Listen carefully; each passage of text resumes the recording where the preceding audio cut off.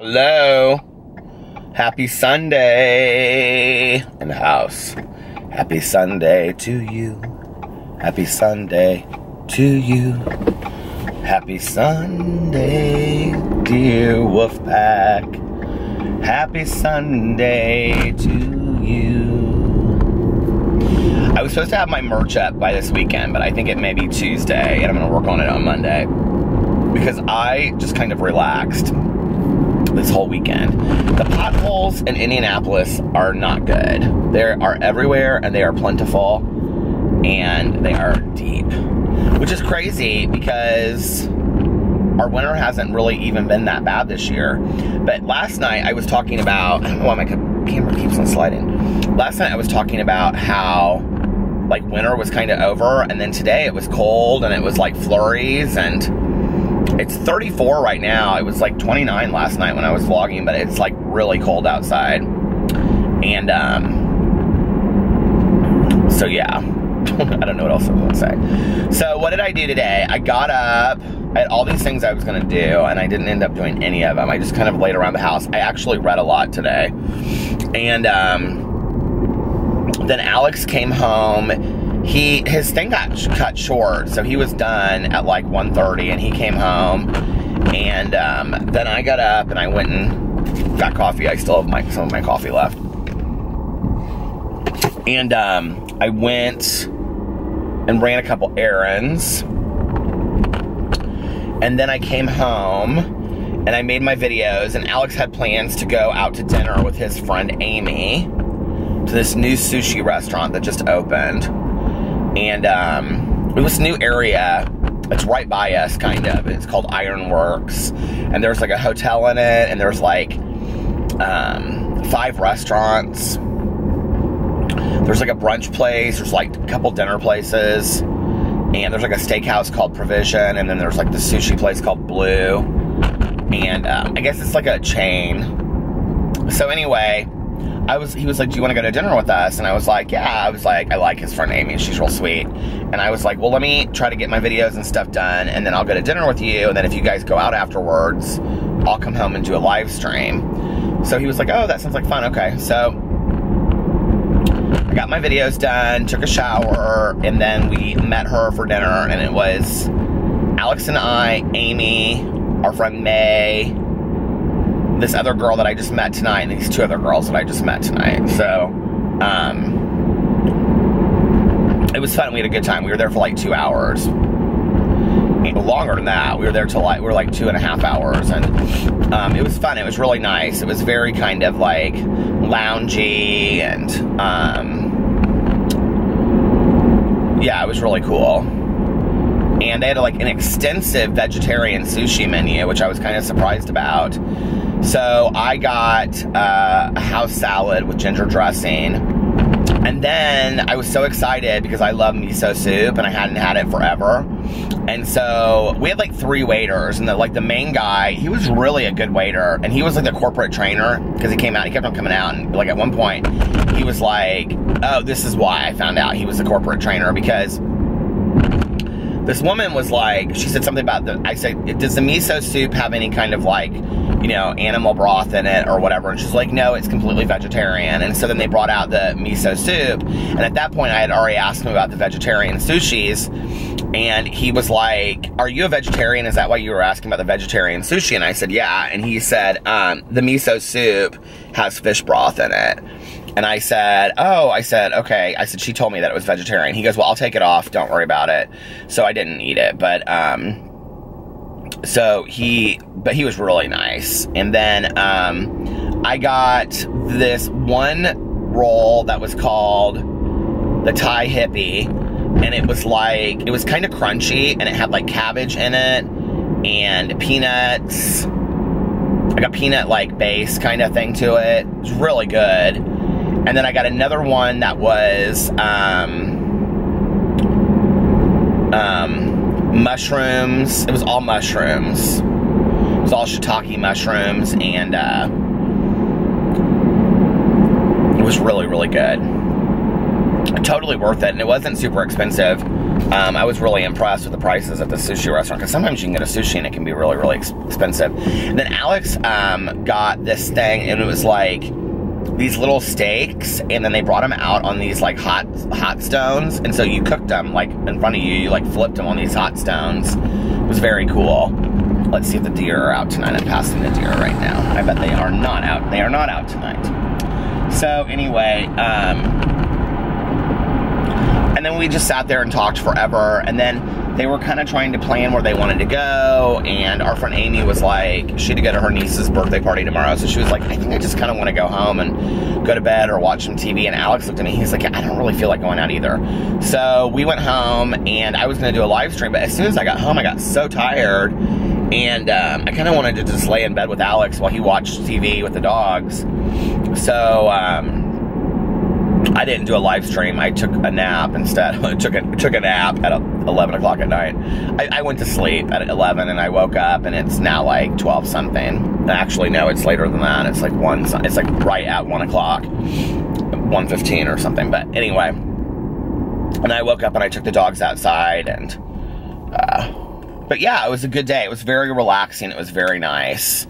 And I really kind of just needed a day to not do anything. I'm not real good at just relaxing. Oh, and I watched The Goonies too, because it was free on cable.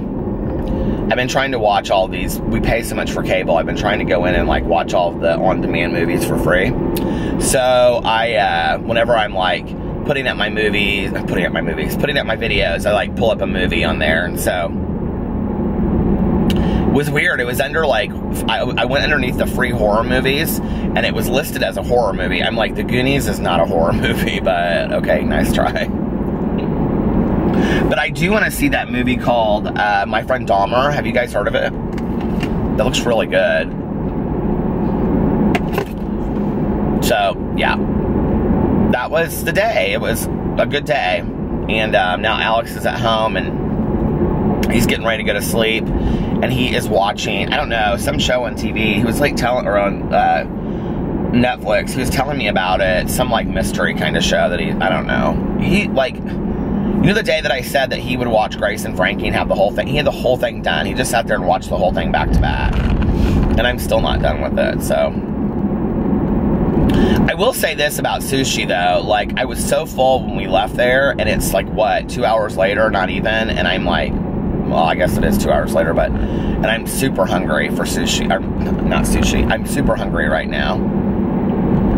And I'm not a big sushi fan, like I don't eat sushi a lot, and I have to really be in the mood for it, and I actually was really in the mood for it tonight. So if you have blue sushi at, I tagged it on my Instagram, so you can go to my Instagram too and see what the place is called, but if you have one in your town, let me know. The guy that was like the corporate trainer for it was from Lincoln, Nebraska. He was so nice. I told him, I said, you look like somebody famous. I cannot figure out who you look like to me. He was like tall and skinny. He had like, kind of like this hair that like, he looked like he should be in a rock band. He was like, I said, who do people tell you that you look like? And he was like, Jared Leto. I was like, okay, no. But I'm pretty protective of my Jared Leto from my so-called life days. Jordan Catalano. I loved that show so much. It's like one of my all-time favorite shows.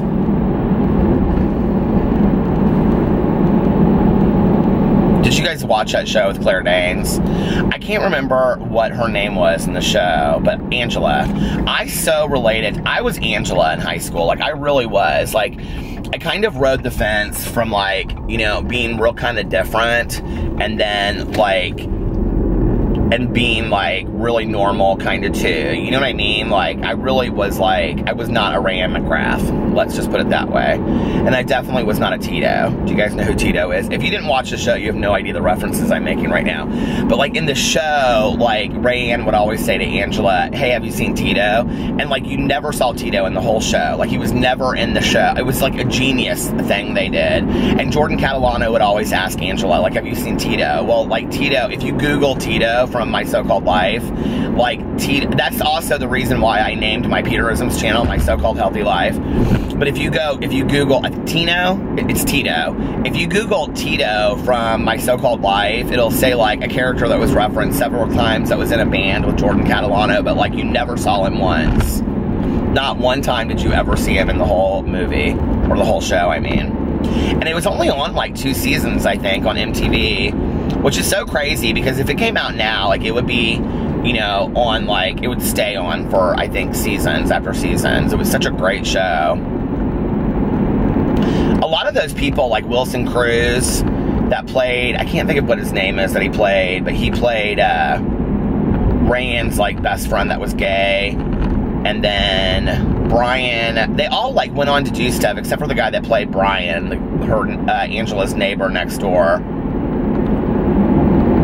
But Claire Danes went on to do a lot. Did you guys ever see that movie called Box of Rain? Was it Box of Rain? Based on the Grateful Dead song. About the 2 girls that, I can't remember, they went to, I think, Thailand, and somebody put heroin in their bag, and then they got, like, put into a Thai prison, and they couldn't get out. That, oh my God, that movie. Ah. It was so good. Who was the other girl that was in that movie? It wasn't like Kirsten Dunst, but it was somebody like that at that time. No, I can see her in my head. Just an English accent or an Australian accent. I can't remember. Do you guys know who I'm talking about? It was such a great movie.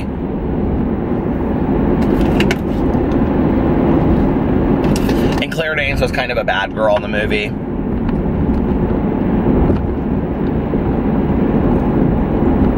Isn't it funny when you think about like movies and TV shows and which ones like shape who you are as a person? Like,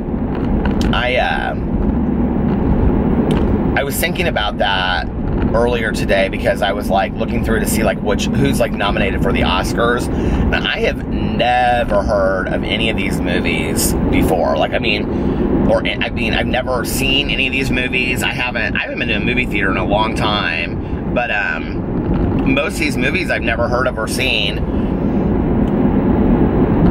I used to see all the movies for the Oscars. So one year, I just said this on here, I'm not going to tell this whole story again, but one year I went and I saw all the movies before the Oscars came out. That was a fun year, but obviously I don't think I'll do that this year since I have a week left to do it. But, I mean, I could. I don't know much about these movies to want to go see them in a movie theater, honestly, you know?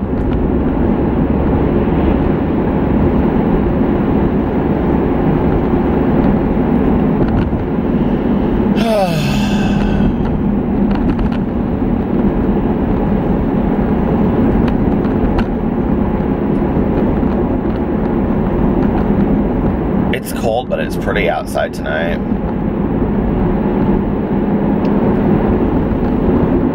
I kind of really love nights like this. It's weird, like I looked at the weather and it's like everything shifted and it's supposed to be cold now next week. When just last night I was talking about it and I was like, oh, it's supposed to be really warm all next week and stuff. It's weird how like just one day can shift everything, you know?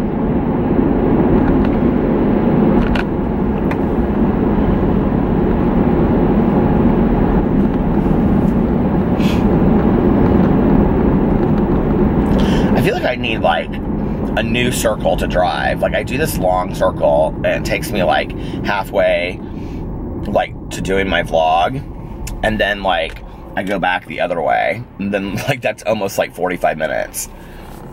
And it's kind of like this like drive that I do every night. It's very relaxing for me and I love it, but I kind of feel like it would be interesting to find maybe like a different drive one night. Sometimes when I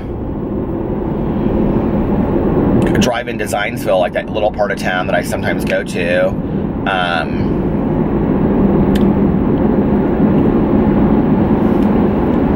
that's like, anyway, where I show the little cobblestone streets and stuff. Sometimes when I go in there, that's kind of a fun way to go because it takes me into a completely different area.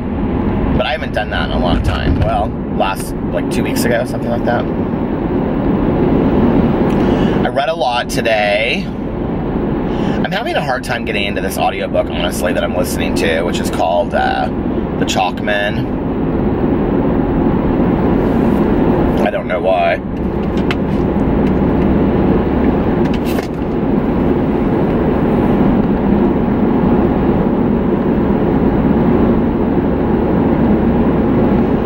gonna go tomorrow and finally get a washer and dryer.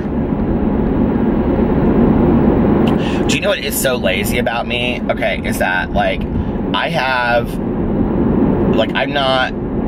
no issue, like, buying it. Like, we have the money to buy it now and stuff, but I don't want to have to schedule a day to be there for them to come and deliver it. How lazy is that of me? Like, seriously, that is so lazy of me, right? Because I don't know when they're going to bring it to, like, arrange my day to be there, if that makes sense.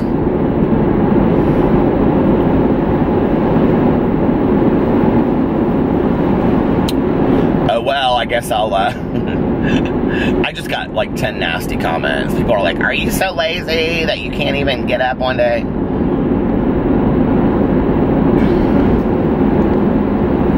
I just don't like, if I have to go and run errands and I know that, like, I have 5 places to go, like, I don't mind doing that. But, like, to sit at home and be the like, Alex is the one that usually does that kind of stuff. But he works through the week, so he can't just sit there. And then I also this week, PP's been real good this weekend. He, like, got a little sick tonight, and we think maybe it's because of his food. He hates his food right now that he's eating. So we switched his food up tonight. Alex has a friend that gave him, like, this, it's, like, really, like, gourmet. It's not gourmet, but it's, like, I don't know, she works for a vet's office part-time, and she brought this stuff, and it's like, it stinks so bad. It's like this freeze-dried salmon. They're like these little balls like that, and then you put like a cup or a half cup in a bowl, and then you mix it with like warm water and let it sit for 3 minutes, so it's real soft for them. And, but it's not good. Like, it smells so bad. And he likes it. I was kind of surprised he ate it tonight. I made it one time, and then I was like, no, Alex can do this from now on, because the fish smell is so bad, and I cannot stand the smell of fish. You know that, because I don't eat fish. So, but, I mean, if people will eat it, he'll eat it, so. But today, he did really, really well. He hasn't coughed at all. And he didn't cough at all yesterday. And so that's 2 days that he hasn't coughed. Typically, like Murphy's Law, whenever I call the vet and I get real nervous about the cough is when he doesn't cough for a few days in a row. So, I don't know. Maybe I need to keep the vet on speed dial. And then I won't have to worry about him coughing anymore.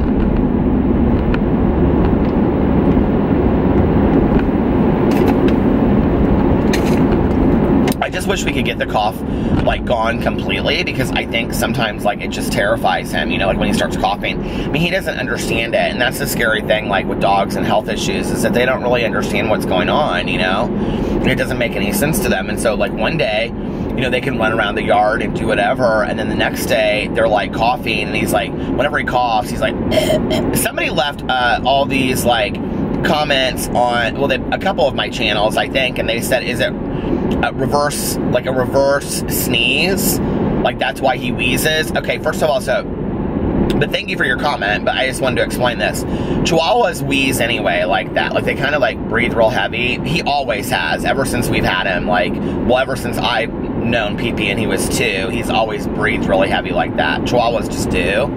They also shake. Chihuahuas shake a lot. But the reason that he's breathing so heavy now is because of the heart disease. And it's harder to breathe because he has an enlarged heart that is setting up next to his trachea. And so it's harder for him to breathe. And, yeah, so that's what's going on.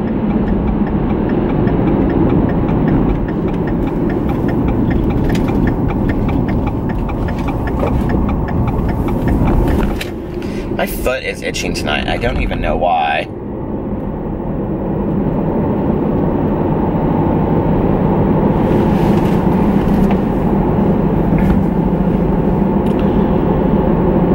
I was just thinking it'd be kind of fun to take a road trip. 4.5 weeks till we go to Miami. I'm so excited. I cannot wait.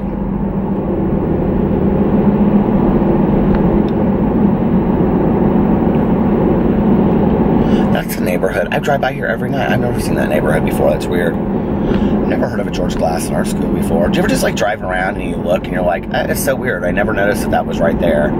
You know what I mean? Isn't that so strange? It's weird, like, you can drive around your own town and, like, see things that you didn't even recognize. And then when you get older and you're, like, my age, one of the things that's really strange is it's like you heard your parents do it when they were your age, and it felt so, like, old-timey that you were like, I'll never do that, but then as you get older, you do it too. It's like, this area that I'm driving right now, when I was in high school, it was, like, all cornfields. And now it's, like, super developed, and there's grocery stores and neighborhoods and apartments and stuff out here, right? But this is, like, where I used to drive late at night and all this kind of stuff. And now, like, if somebody's talking about this area, I'll be like, oh, when I was in high school, that was cornfields. You know what I mean? Like, and it's so funny when this, you know, areas out here that used to be nothing are now something. I think about that a lot, because I'm coming up here to turn left, where I would go to the Baumeister mansion, that serial killer's mansion. And it's like, when that would have happened, like, when he would have been bringing guys home, well, first of all, he probably would have come down Meridian and got off the exit and then come back that way, or he would have come down this way that I'm going right now and turned left and turned into his house. But if that, back in the day, like, when he would have done that, none of this would have been out here. Like, the road would have been here, but most of these houses, none of this subdivision would have been here.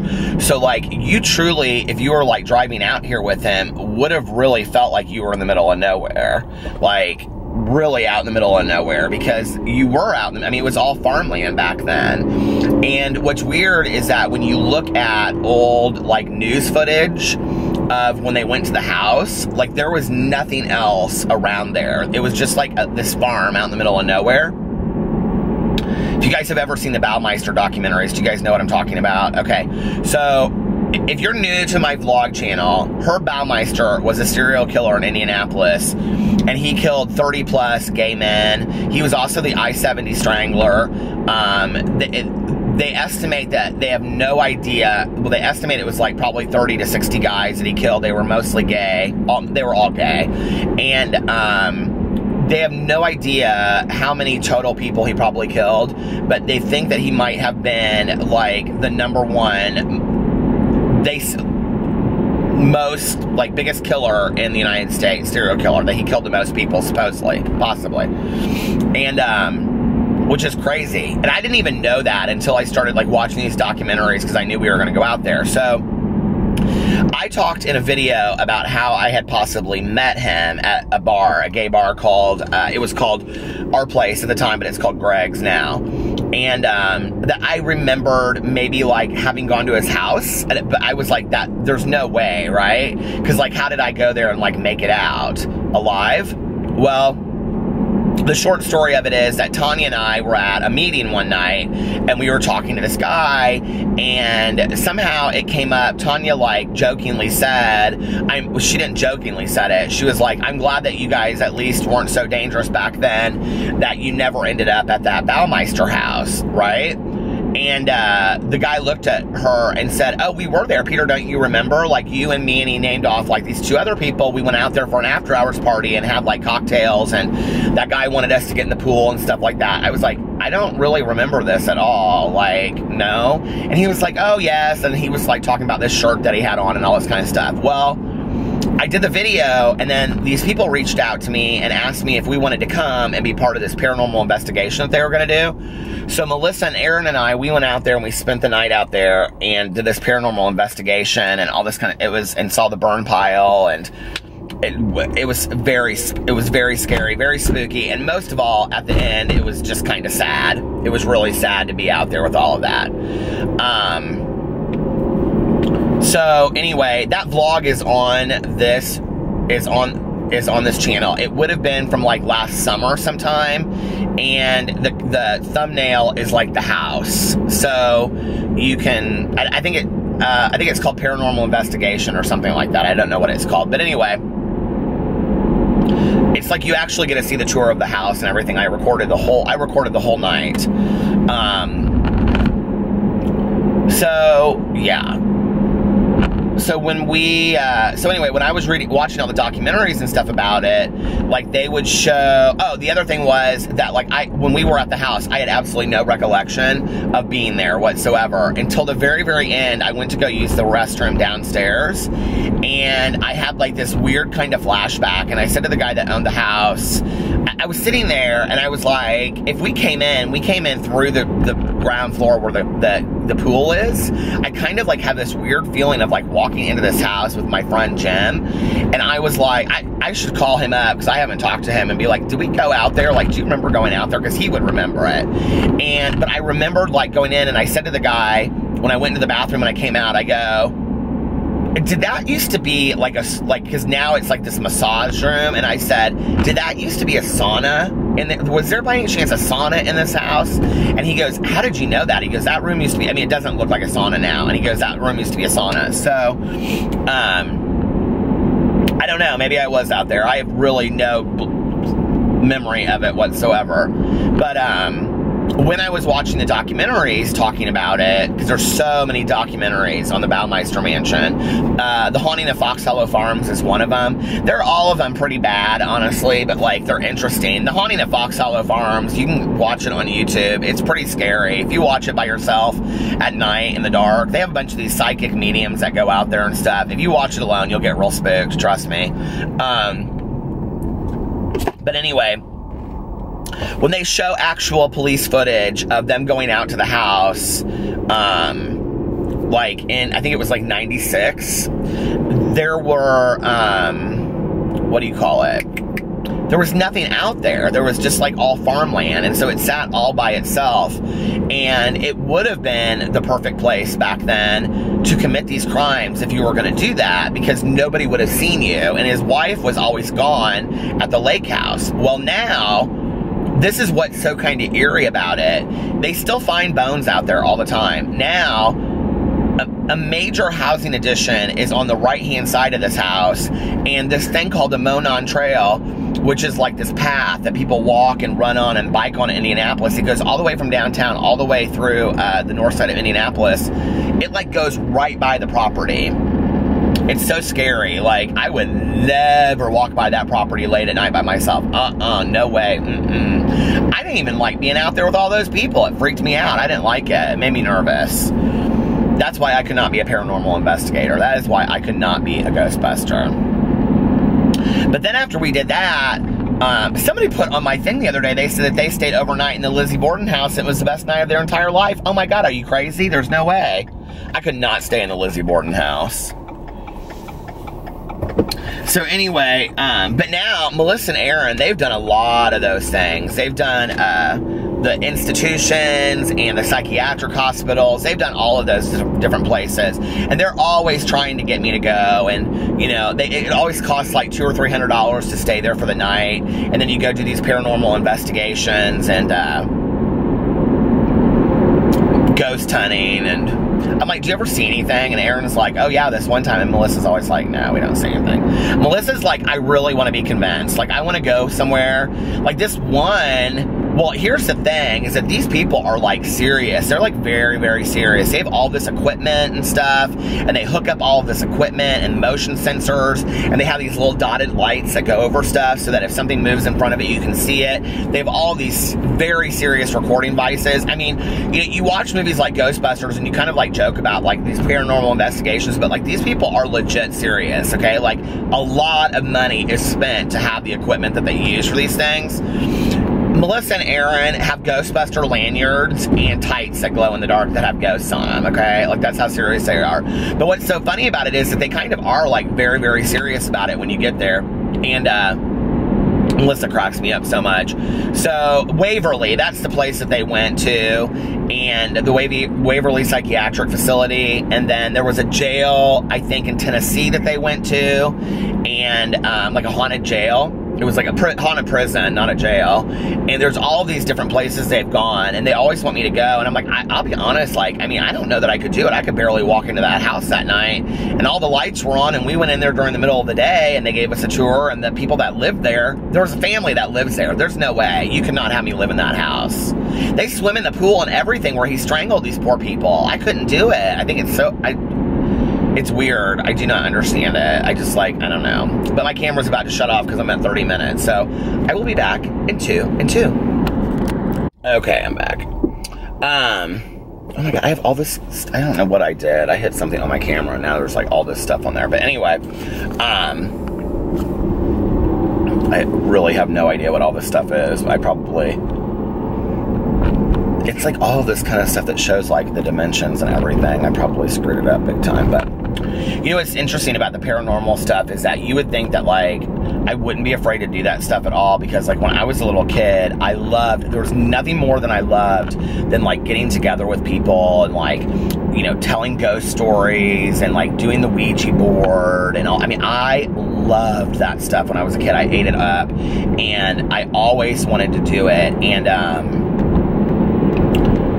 but like the older that I've gotten, I kind of like don't want to mess with that stuff. Like some of it I feel like is kind of dark and kind of very, very spooky. So I don't mess with it as much as like, I don't know, like it's just kind of dark to me, you know what I mean?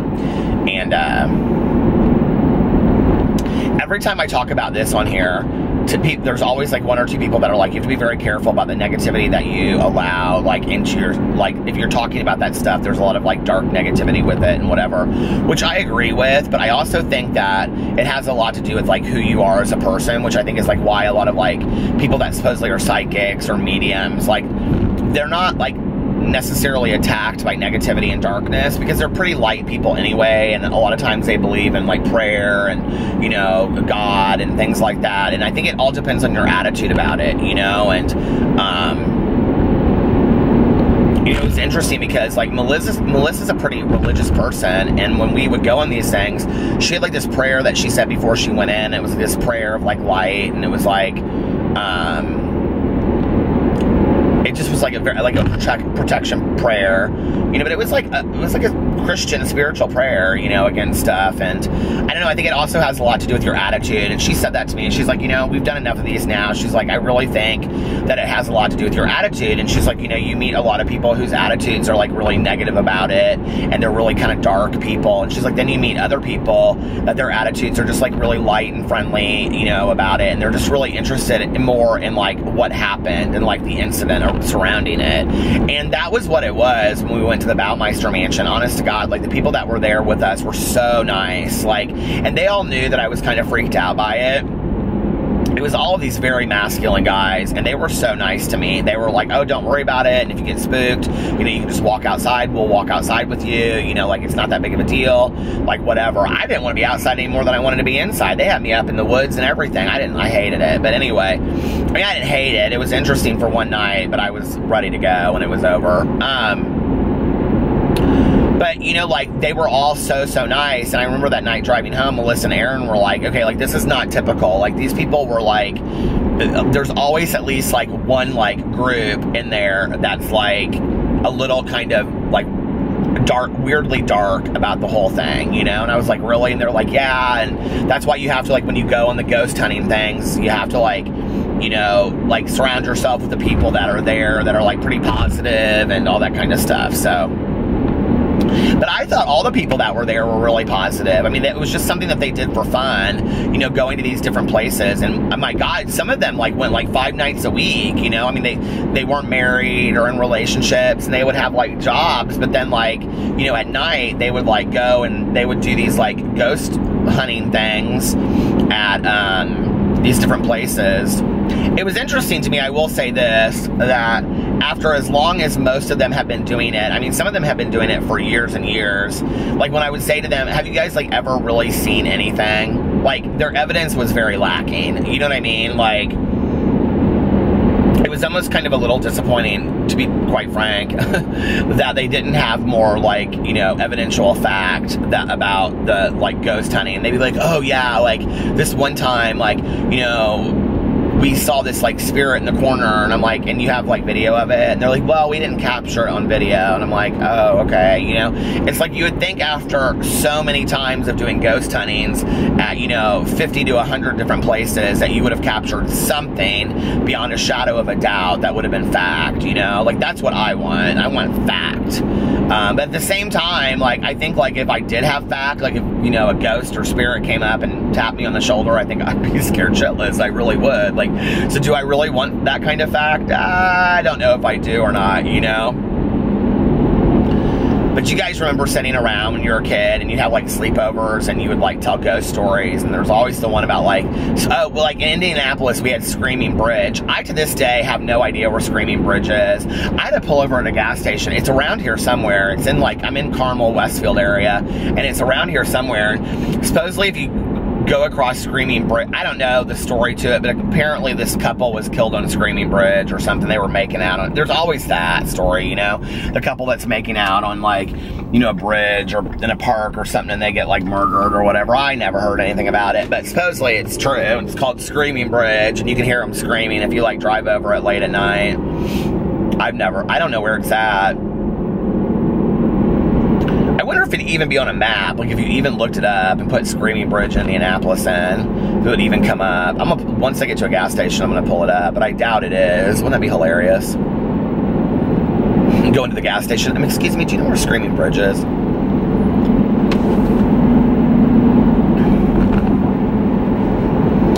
My friends back in the day, this is a true story. We were like, it was my freshman year in college, and my two friends, well, my friend Jenny, she won't care if I use her name, but my other friend, I won't say her name. But it was my friend Jenny and I, and then my other friend and her boyfriend, and then her sister, who was older, like 10 years older than us. And she lived in, like, an apartment with her daughter. Well, when it was her daughter's dad's weekend, we would, like, go over there and hang out and stuff like that. And so we would do the Ouija board, right? And, you know, like, if you're into spirits and stuff, you're not supposed to do the Ouija board. It, like, brings, like, forth, like, negative spirits. Do you guys know that? So we would do the Ouija board. I think I've told this story on here. If I haven't, it's kind of a funny story. It wasn't funny at the time. It got, like, it kind of, like, got real dark. So, anyway, we were doing the Ouija board this one night, and, it started moving a lot, like, and it seemed to really be moving, like, fast and on its own, and we were, like, writing, one of us was, like, writing down, like, what was being said and stuff, and it told us to go out to this, like, graveyard. Well, the graveyard was, like, out in the middle of nowhere. We had no clue where this graveyard was, right? So we go out to this graveyard, and there was, like, it said something about, like, black roses or something, and to look for this one gravestone, and we went, and there was, like, a candle lit on this gravestone with, like, these black roses or something. I can't remember how it was. I don't remember the facts of the situation, but anyway, I remember it was, like, creepy. Like, there's no way the whole thing could have been, like, real contrived, right? And, like, her sister didn't go with us, and so she was like, no, I'm gonna stay here, you guys go, it's too late, blah, blah, blah, whatever. And we're like, okay, so we went out there. I should have known. Right there should have been my hint. So anyway, this went on for, like, a month or two, and we went to, like, all of these, like, I just remembered my friend Jenny, what she did. But, like, it went, like, they kept on sending us to these different cemeteries, right? And they were always these, like, old cemeteries that, like there hadn't been anybody buried there in years and years and years. And, so we got this, like, oh, did you hear that? Oh my God, that pothole was huge. So this one time, it, like, sent us, and it said that Jenny and I were supposed to go alone to this thing, and we went out there, and there was, like, this letter, and I remember it stank. It had this horrible perfume on it, and it was, like, this letter that was, like, burnt and written, and it was written on an old coffin catalog, and Jenny and I were so spooked by it. It was like this 1950s, like, coffin catalog. And Jenny and I were like, this has got to be real. Like, where would you even find something like this? So Jenny and I decided that we were going to, like, figure this whole thing out, right? Because we were like, oh, they're doing this to us. They're like, this is all just like some big joke that they're doing on us. Like, we ended up all kind of getting into a fight about this. And I like yelled at my friend's sister and was like, you're a bitch, like putting us through this. Like, this isn't funny. Oh, the one thing was like the graveyard was on the way from like my mom's to my dad's house.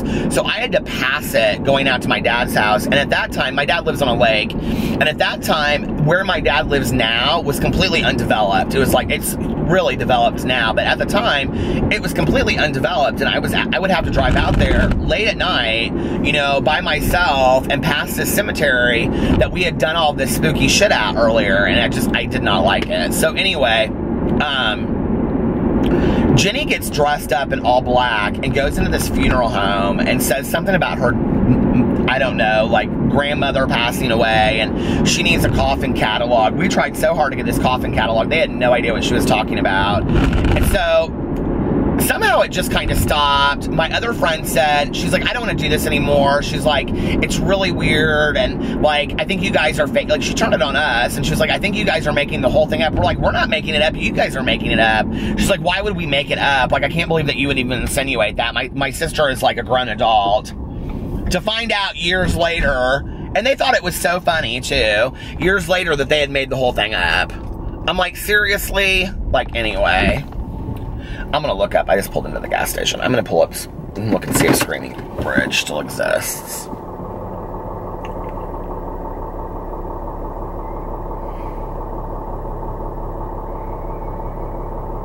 Needless to say, there was nothing to that Ouija board.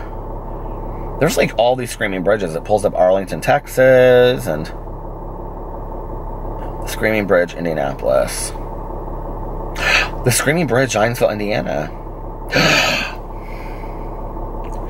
Although I cannot say that I have personally experienced the phenomenon told of this site, I can say that it is quite a spooky place to visit anyway, and the mind plays tricks. North of Indianapolis, Indiana, near the town of Zionsville, Indiana, Michigan Road, there is a small off street to your left that escapes my memory right now. Far along the road, you will find a small off-road that will tell you that the bridge is out and there is no trespassing, depending on the time of year you... This is Zionsville that I was just talking about, that I drive out to. You may find that there is no trespassing depending on the time of year. You may find other signs that have been posted, typically around Halloween, to the nature of haunted, stay away, enter at your own risk, etc. Upon walking a couple of hundred yards down the dirt road, you will find an old wrought iron bridge that is terribly rusted and seems hardly crossable. The story is that one night, I believe in the 1920s, there was a young woman who gave birth to a child out of wedlock. Her father, ready to disown his daughter or worse, told her to take the infant into the woods and leave it there to die. The young woman came across the bridge and instead of dropping the child into the river, chose to wrap the child against the cold and hanged herself from the bridge. The story is that on certain nights or at certain times, Halloween, midnight, full moons, etc., the sound of the woman screaming and the child wailing can be heard. Doubt it or not, this is site that should be checked out, and ask anyone who has been in Indy or Zionsville for any amount of time and they will tell you where to go. Okay, so that's the story of Screaming Bridge. Oh, O'Neill Bridge, Holiday Drive Bridge, haunted places.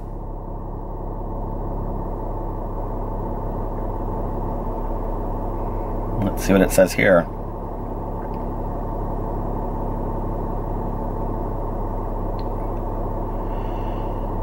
If you've had a paranormal experience here or have had any additional information on this location, please look away. The bridge may no longer be in use. According to reports, legend has it that around this spot, a KKK lynching took place and hauntings... Well, that's completely different, isn't it? Witnesses have reported disembodied screams and disembodied screams? What does that mean, my lord? Here's one from creepy Cincinnati. Most haunted places in Indiana. Let's see if Screaming Bridge is on here. Hauntedplaces.org. Oh, EMP ratings. Okay, that's one of them. That they look, those machines that they had. Hacienda Restaurant. That is right by my house. Oh my god. Oh no, that's Mishawaka. No, that's north. Avon Haunted Bridge. Whispers Estate. Number 7 is the Rhodes Hotel. That's where Dillinger was at. Number 6, James Allison Mansion. Number 5, Elkhart Civic Theater. Number 4, French Lick Springs Hotel. That's where I went with my Aunt Kathy and Uncle Dave. We stayed that night. I didn't feel like it was haunted. Number 3, Finch Cemetery. Doesn't say where that is. Number 2, St. Mary's College. Number 1, Zion United Church of Christ Cemetery. Where is that? Oh, Poland, Indiana. The spooky sort love Zion Church Cemetery, say locals. The area is a hot spot for unexplained lights and sounds, ghostly whispers, eerie sensations, and the feeling of being watched. Some say it helps. Ah! I was like, what if somebody comes and raps on my window? Did I scare you? Some say a helpful ghost is known to leave a cemetery to stop cars and tell folks to turn back if they get too close to cursed ground. EMF rating, 87.5. I cannot believe... Oh, Hannah House. That's a big one. Indiana Central State Hospital. Oh, let me tell you about this one. The 1848 Indiana Hospital for the Insane turned into the Central State Hospital in 1926. It is said to be haunted by many patients who suffered abuse here in the hospital's dark past. Witnesses have described shadows, apparitions, women's screams, electrical devices that turn on and off by themselves, unexplained noises, footsteps, and moans. EMF rating 80.3.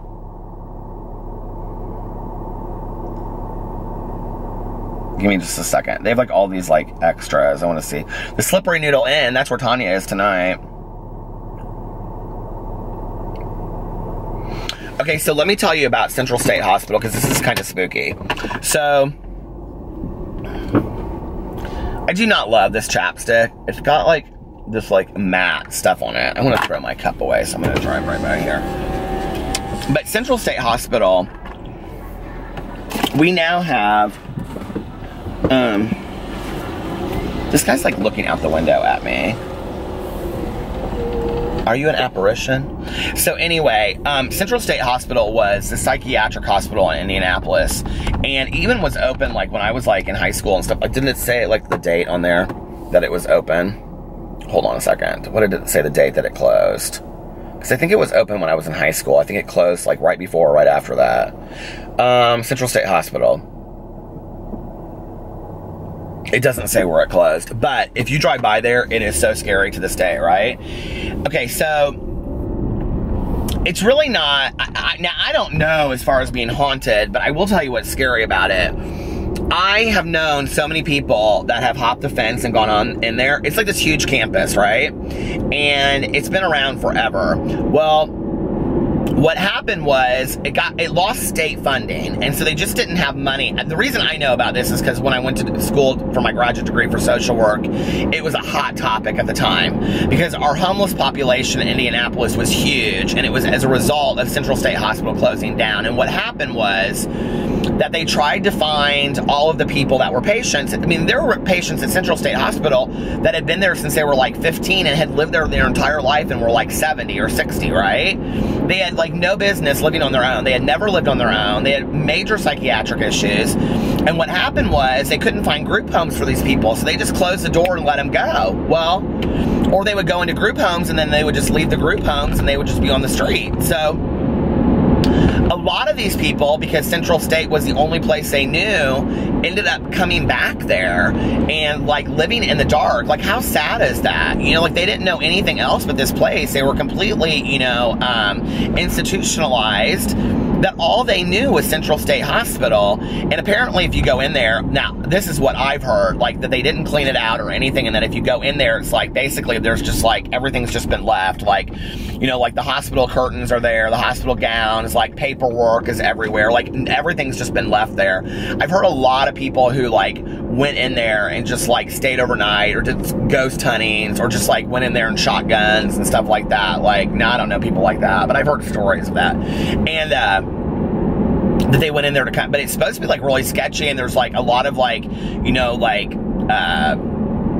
it's abandoned, so people go in there and like live there and do drugs and just kind of like, you know, people that don't really have anywhere else to go. It's like a squatter's place, but it's so big that there's like a lot of homeless people that have gone back there that have psychiatric issues that just live there because they don't know how to take care of themselves and live anywhere else. And it's supposedly like overridden with like rats and stuff like that. It's very, very sad, I've heard. And Melissa wants to go there, and I'm like, are you crazy? No, no way. We're not talking guided tours. We're not talking any of that stuff. We're talking about like that movie Candyman where you just like go through a hole in the wall. No, no, ma'am.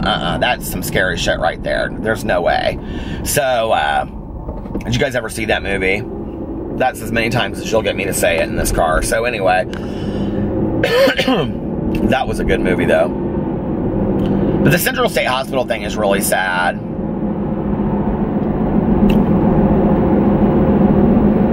I wonder if they're ever going to do anything with it. I heard they were going to tear it down and turn it into something, but the thing is that it's not in a really great area. It's in like kind of a bad area of town. And so like, I kind of wonder, like, I mean, if they built it into apartments or condos, I don't think that what they should have done is torn down the place and put it into like low cost living or, you know, like Section 8 housing so that all those people that were homeless could have moved in there and then we wouldn't have them had that problem. That's what they should have done with it. But they didn't.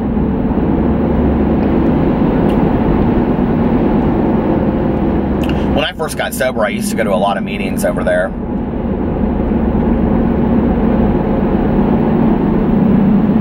Kind of makes you wonder though, like if you walked in there, what you'd see. I think it'd be scary as shit. I couldn't do it. People always ask me, they're like, tell paranormal stories, tell paranormal stories. I like have quite a few paranormal stories. I've only told like 1 or 2 on my main channel, but guys, would you want me to do more of them? Would you like that? Let me know in the comment section below.